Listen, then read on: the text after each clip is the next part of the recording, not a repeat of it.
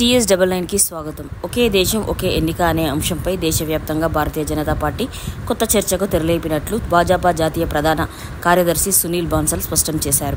Cantonment తిరుమలగిరిలోని Jayalakshmi గార్డెన్స్లో BJYM జాతీయ కోశాధికారి టీం సాయి నేతృత్వంలో ఒకే దేశం ఒకే ఎన్నిక అనే అంశంపై చర్చించారు. ఈ కార్యక్రమానికి ముఖ్య అతిథిగా భాజపా జాతీయ ప్రధాన కార్యదర్శి సునీల్ బాన్సల్తో పాటు తెలంగాణ రాష్ట్ర భాజపా నాయకులు హాజరయ్యారు. का यहाँ पर स्वागत किया जाए। సౌత్ ఆఫ్రికా, స్వీడన్ ఇటువంటి దేశాల్లో ఈరోజు ఒకే ఎన్నికలు జరుగుతాయి వాళ్ళకు. కాబట్టి ఆ దేశాలు ఈరోజు చాలా ప్రగతిలో ఉన్నారు. మనంత రిచెస్ట్ నేషన్ స్వీడన్ గా చెప్పుకుంటాం మనం. దానికి కారణం ఏంటంటే వాళ్ళు ఖర్చు పెట్టేటటువంటి ఏదైతే నిధులు ఉంటాయో ఎలక్షన్స్ మీద తక్కువ. ఆ విషయాన్ని అందరం ఏకతాటిగా భారతీయులందరం ఏకతాటిగా దాన్ని ఖండిస్తూ అక్కడ అన్యాయంగా మన భారతీయుల పైన పాకిస్తాన్ తీవ్రవాదులు ఇస్లామిస్ట్ టెర్రరిస్టులు ఎవరైతే మతం అడుగుతూ అతి దారుణంగా కిరాతకంగా వారిని హత్య చేశారు. ఈ టెర్రరిజం ని మనం అందరం కండెమ్ చేయాలి. రానున్న రోజుల్లో భారత్ లో ఇటువంటి ఘటన భారత్ పై ఏ దేశమైనా, పాకిస్తానే కాదు ఏ దేశమైనా మళ్ళీ ఇటువంటి చేయాలంటే భయపడాలి. అండ్ ఆ దాడిలో చనిపోయినటువంటి కుటుంబాలతో మనం అందరం మౌనం పాటించాల్సిందిగా కోరుతున్నాం. भारत माता की। इसी के साथ नेशनल एंथम के लिए मैं रिक्वेस्ट करता हूँ।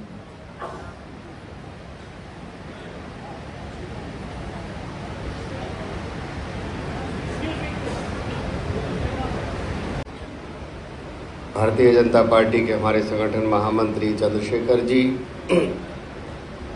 पूर्व MLC और भाजपा के बहुत वरिष्ठ नेता माननीय रामचंद्र राव जी, परमेंद्र रेड्डी जी, समाज के सभी प्रख्यात और ऐसे अलग अलग क्षेत्रों के सभी विद्वानगण और इस सभागृह में उपस्थित सभी नागरिक भाई और बहनों, थोड़ा कार्यक्रम हमारा जल्दी शुरू हुआ है।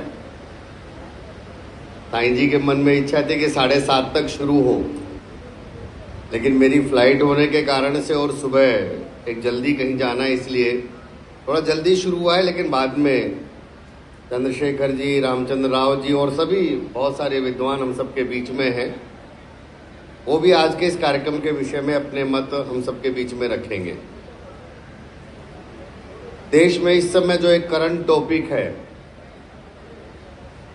वन नेशन वन इलेक्शन, उस विषय पर चर्चा करने के लिए आज हम यहाँ पर आए हैं। मैं 15-20 मिनट में अपनी बात रखकर आप सबसे क्षमा मांगते हुए एयरपोर्ट जाने के लिए निकलूंगा। हम सब जानते हैं कि देश की स्वाधीनता से ही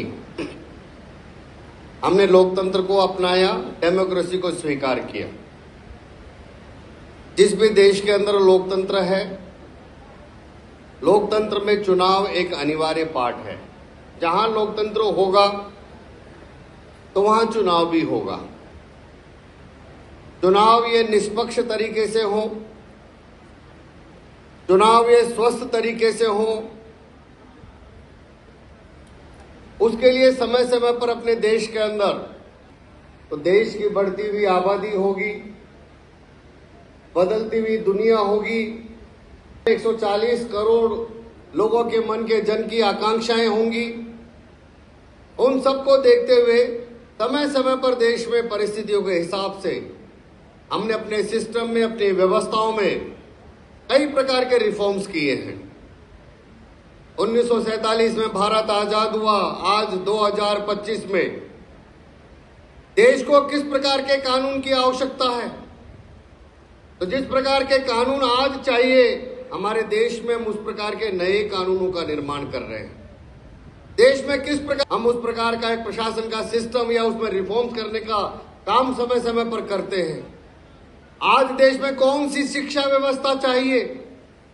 तो देश की स्वाधीनता से लेकर आज तक कई बार अपनी शिक्षा नीति में हमने कई बदलाव और सुधार करने का काम किया है।